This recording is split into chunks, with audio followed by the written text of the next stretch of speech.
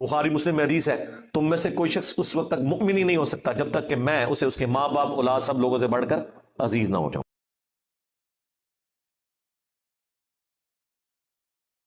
یہ جو جتنا یہ فتنہ کھڑا کیا ہوا نا پیری مریدی کا، کہتے ہیں جی جس کا کوئی پیر نہیں اس کا پیر شیطان ہے، پیر ضرور ہونا چاہیے، ٹھیک ہے۔ اور جب ہم پوچھیں یہ کہاں لکھا ہوا ہے، وہ کہتے ہیں وہ جی حضرت بایزید بستامی نے فرمایا ہے۔ بھائی حضرت بایزید بستامی کا قرآن و سنت کے ساتھ کیا لینا دینا؟ دین تو اس شخصیت کے اوپر نازل ہوا ہے جس کی قبر مدینے میں ہے صلی اللہ علیہ وآلہ وسلم۔ وہ کہتے ہیں دیکھیں اللہ کے نبی پیر تھے صحابہ کرام کے، اور صحابہ کرام ان کے مریدین تھے۔ اچھا جی آگے چلیں، کہتے ہیں دیکھیں خلفائے راشدین بھی تو صحابہ کرام کے پیر تھے، حالانکہ اس بیعت کا پیری مریدی کی بیعت سے کوئی لینا دینا نہیں۔ نبی علیہ السلام نے جو بیعت لی صحابہ کرام سے، ایک تو ایمان کے لیے، پلس وہ اللہ تعالیٰ کے ریپریزنٹیٹو تھے آن دا فیس آف ارتھ، اور ان سے اختلاف نہیں ہو سکتا تھا۔ اور اس کی اصل وہ سورۃ النساء کی آیت نمبر 59 ہے، یا ایھا الذین آمنوا اطیعوا اللہ واطیعوا الرسول، اے اہل ایمان اطاعت کرو اللہ کی اور اطاعت کرو اس کے رسول کی، وَأُولِي الْأَمْرِ مِنْكُمْ، اور اپنے حکمران کی بھی۔ اچھا حکمران کے ساتھ اللہ تعالیٰ نے اطیعوا کا لفظ نہیں استعمال کیا، فرق رکھا کہ ایبسولوٹ اطاعت اللہ اور اس کے رسول کی ہے عز و جل صلی اللہ علیہ وآلہ وسلم، باقی جس کی بھی اطاعت ہے وہ اس دائرے کے اندر ہے، وَأُولِي الْأَمْرِ مِنْكُمْ، اور اپنے حکمران کی بھی۔ لیکن ساتھ ہی فرما دیا اسی آیت میں فَإِن تَنَازَعْتُمْ فِي شَيْءٍ فَرُدُّوهُ إِلَى اللَّهِ وَالرَّسُولِ، اگر تمہارا جھگڑا ہو جائے اپنے حکمران کے ساتھ تو معاملہ تم نے پلٹانا ہے اللہ اور اس کے رسول کی طرف عز و جل صلی اللہ علیہ وآلہ وسلم۔ حکمران سے بھی آپ اختلاف کر سکتے ہیں اور معاملہ پلٹانا ہے اللہ اور اس کے محبوب صلی اللہ علیہ وآلہ وسلم کی طرف۔ اِن كُنتُمْ تُؤْمِنُونَ بِاللَّهِ وَالْيَوْمِ الْآخِرِ، اگر تم اللہ اور یوم آخرت کے اوپر ایمان رکھتے ہو پھر ہی تمہارا یہ ایٹیٹیوڈ ہوگا، اور اسی میں تمہاری خیریت ہونے والی ہے، اسی کا انجام بہتر ہونے والا ہے۔ یہ سورۃ النساء آیت نمبر 59 میں اللہ تعالیٰ نے واضح فرما دیا۔ اسی کے تحت ہم کہتے ہیں کہ حکمران وقت کی بھی بیعت ایبسولوٹ نہیں ہے، قرآن و سنت کے دائرے کے اندر ہے۔ پیری مریدی کی بیعت کا تو اس سے کوئی لینا دینا ہی نہیں تھا، یہ تو پیرلل میں انہوں نے سسٹم کھڑا کیا۔ اور اگر آپ من و عن وہ احادیث جو بیعت خلافت سے متعلق ہے ان کو پیری مریدی کے اوپر اپلائی کریں گے اجتہاد کے طور پر، پھر سرکار بڑا خطرناک رزلٹ نکلے گا، بلکہ خطرے ناک نکلے گا، خطرناک سے بھی اگلا ورژن، کیونکہ اس میں تو واضح موجود ہے، بخاری مسلم میں حدیث ہے کہ جو خلیفہ وقت کی بیعت کے بغیر مرا یا وقت کے امام کو پہچانے بغیر مرا وہ جاہلیت کی موت مرا۔ مسلم شریف میں حدیث ہے جب ایک خلیفہ کی بیعت ہو جائے تو جو کوئی بھی بیعت کے لیے کھڑا ہو اسے قتل کر دو۔ اسی پہ میں نے عرض کیا تھا کہ اگر یہ قانون مان لیا جائے پھر تو دنیا کے سارے پیر قتل ہو جائیں گے، کوئی ایک پیر آپ کو باقی رکھنا پڑے گا۔ تو آپ فیصلہ کریں پھر کہ کیا کرنا ہے آپ نے۔ اگر آپ پیری مریدی کے لیے وہ والی احادیث کا سہارا لیتے ہیں تو منوان اس کو اپلائی کریں گے نا، تو وہ تو اپلائی نہیں کر سکتے۔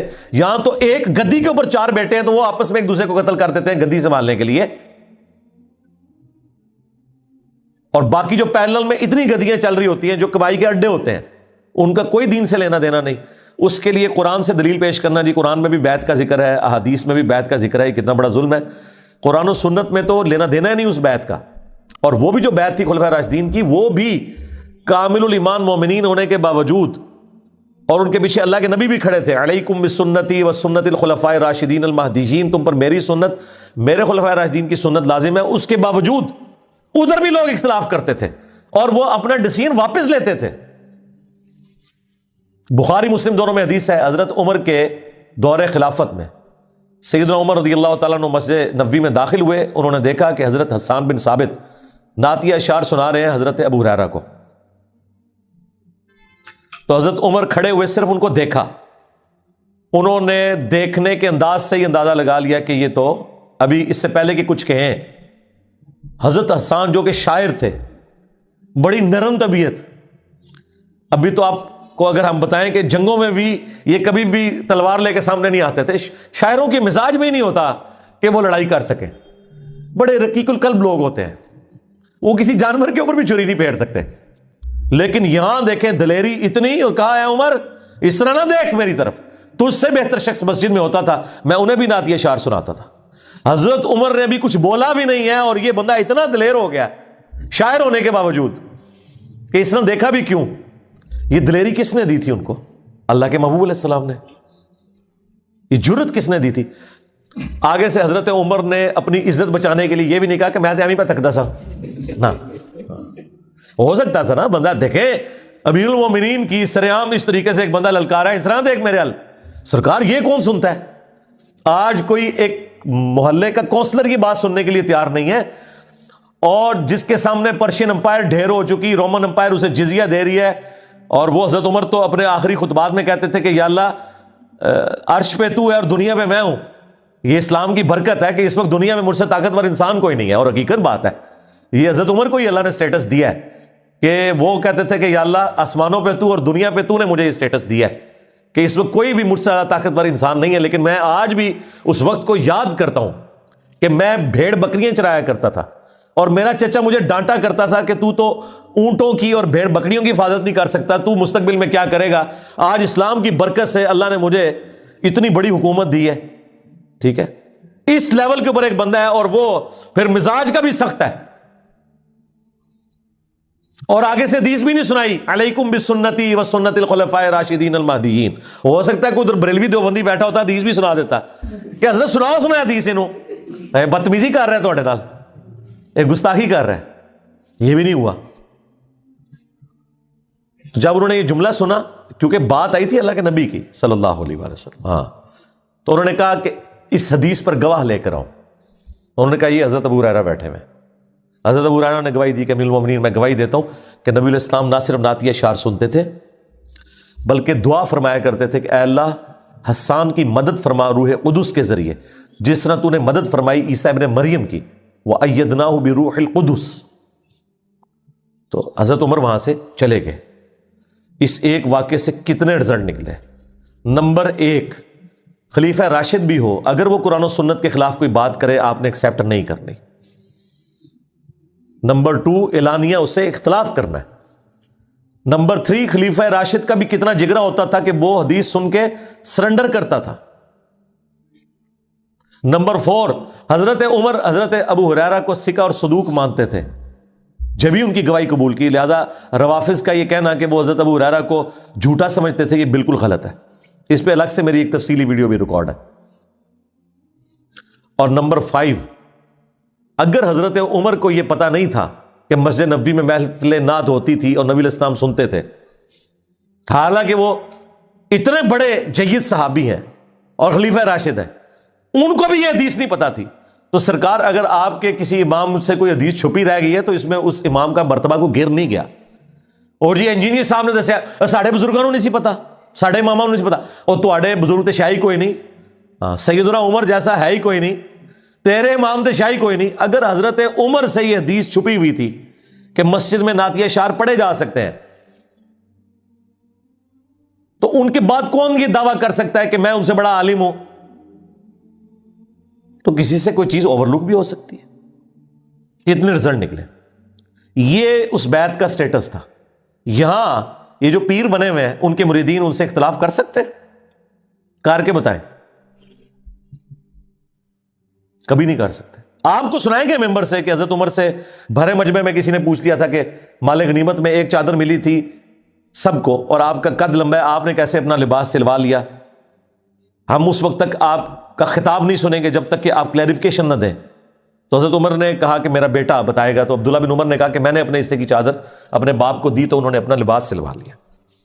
یہ جب کوئی واقعہ سنا رہا ہو نا تو اسے آپ نے ممبر سے نہیں نیچے اترنے دینا. اسے کہنا ہے کہ حضرت میں بھی سیدنا عمر کے اس ساتھی کی سلمان فارسی کی سنت پہ عمل کرنے لگا ہوں, تو آپ بھی ذرا حضرت عمر کی سنت پہ عمل کر کے نا کلیریفیکیشن دیں کہ 4 سال پہلے آپ اسلام آباد کی اس مسجد میں چٹائی پہ بیٹھتے تھے اور ایک مٹکا رکھا ہوا تھا اور 2-3 لوٹے رکھے ہوئے تھے. پھر یہ بعد میں جب سیکٹر ڈیولپ ہوا یہاں پہ ایک مسجد بن گئی اور آپ کی تنخواہ 10,000 مقرر ہوئی تھی. آج آپ نے گاڑی اور ڈرائیور بھی رکھے ہوئے ہیں اور ایک شانہ زندگی گزار رہے ہیں, حالانکہ آپ کی تنخواہ تو اتنی نہیں ہے. یہ اللہ کا اتنا فضل آپ پہ کہاں سے ہوا ہے ذرا بتائیں. یہ نہ اس سے کہیں کہ آپ نے چندے میں سے چوری کیا ہوگا. یہ خود وہ انشاءاللہ خود رزلٹ نکالے گا اور اس سے پہلے یہ اپنے مریدین کے ذریعے آپ کے اوپر جھپٹ پڑے گا کہ مجھے چور سمجھتے ہو. کلیریفیکیشن نہیں آپ کو کبھی دے گا. اور پیروں کو تو چھوڑ دیں, ان کا تو سٹیٹس ہی بہت بلند ہے. یہ تو میں مولویوں کی بات کر رہا ہوں. ہاں, پیروں نے تو مولوی ہائر کیے ہوتے ہیں اپنی منقبتیں پڑھنے کے لیے. آپ نے دیکھا یہ کبھی عرس ہوتے ہیں نا درباروں کے اوپر, پیر صرف خاموشی سے آ کے بیٹھتا ہے روب قائم کرنے کے لیے, اینڈ پہ نا ایسے کر کے دعا کرواتا ہے تاکہ روب رہے کہ پتہ نہیں کتنا عالم فاضل ہے. حالانکہ میں تو یقین کہنا نماز بھی نہیں سنا سکتے صحیح طریقے نہ. یہ ان کی حالت ہے. ترجمہ تو چھاڑ دو, لیکن روب رکھا ہوا ہے. تقریر نہیں یہ کر سکتے, نہ یہ آیت صحیح طریقے سے پڑھ سکتے ہیں, نہ کوئی حدیث سنا سکتے ہیں.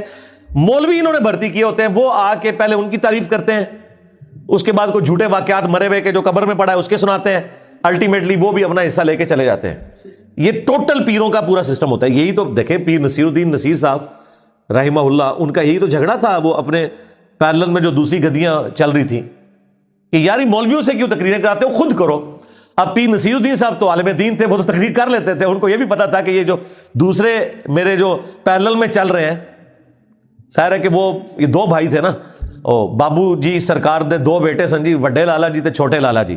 تو وڈے لالا جی کی گدی پہ تو یہ بیٹھ گئے پیر نصیر الدین صاحب, اور چھوٹے لالا جی خود زندہ تھے, وہ ان کے سسر بھی تھے اور بول چال بھی بند تھی, کیونکہ پیر نصیر الدین صاحب جو ہے نا وہ پیری مریدی میں یہ جو پورا سسٹم ہے اس کی خرابیاں ہائی لائٹ کرتے تھے, کتابی شکل میں بھی تقریروں میں بھی. الٹیمیٹلی وہ گولڈا شریف ان کو جمعہ بھی نہیں دیتے تھے. کبھی ایک بار کو موقع آیا تو ان کو ایک آدھ جمعے کی تقریر دی جاتی تھی, اور وہ اس میں بھی پھر تیا پانچا کر کے رکھ دیتے تھے. خیر انہوں نے پھر اپنی ویڈیوز ریکارڈ کروائی اور وہ سارا سلسلہ انہوں نے چلایا. اللہ تعالیٰ ان کی غلطیوں سے درگزر فرمائے. جو انہوں نے توحید کی آواز بلند کی تو اس پہ اللہ تعالیٰ انہیں اجر دے. تو وہ تو میری ایک ویڈیو آپ دیکھیں, توحید سے متعلق 10 دھوکے, اس کے شروع میں نے ان کے ویڈیو کلپس ڈالے ہیں, ان کی تصویر بھی تھمب نیل پہ لگی ہوئی ہے. وہ کتنی دلیری کے ساتھ توحید بیان کیا کرتے تھے. وہ کہتے ہیں ماں پی نا, میں کسی کو کچھ نہیں دے سکتا. اور وہ بھی اسے کہتے تھے کہ جتنے کوئی ہے نا کہ جوڑ دکھا سکتا ہے, آئے دکھائے, میں مان لاں گا. یعنی یہی بات ہے میں کرتا ہوں, کہتے دیکھیں جی بزرگوں کا مذاق اڑا رہے ہیں. میں ان کو کہتا ہوں نا کہ جی وہ تخت بلقیس آ گیا تھا, بالکل آ گیا تھا, آپ ذرا وائٹ ہاؤس کو لا کے مارگلا ہلز پہ رکھے, میں آپ کو مان لوں گا. ہاں آپ رکھیں بھی نا, اور ہم سے یہ کہیں کہ ہم آپ کے بابوں کی جھوٹی کرامات مانیں اس بنیاد پہ کہ قرآن میں ایک واقعہ رپورٹ ہوا ہے. تو سب جھوٹ انہوں نے مشہور کیا ہوا ہے, اور پلی لیتے ہیں یہ قرآن پاک کی آیات سے کہ جی قرآن میں بھی بیعت کا ذکر ہے. بھئی قرآن میں نبی الاسلام کا بیعت لینا ہے صحابہ کرام سے, وہ آن دا بہاف آف گاڈ ہے, اور خلفائے راشدین کا اللہ اور اس کے رسول کے احکامات کے اندر ہے, اور اس میں اس کی باؤنڈریز ہیں, اختلاف رائے ہو سکتا ہے. ایبسولوٹلی بیعت اللہ کی ہے.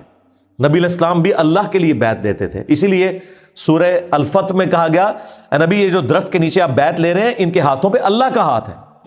اندازہ کریں, اللہ نے نبی الاسلام کے مبارک ہاتھ کو اپنا ہاتھ قرار دیا, کیونکہ نبی الاسلام ریپریزنٹیٹو ہے اللہ کے.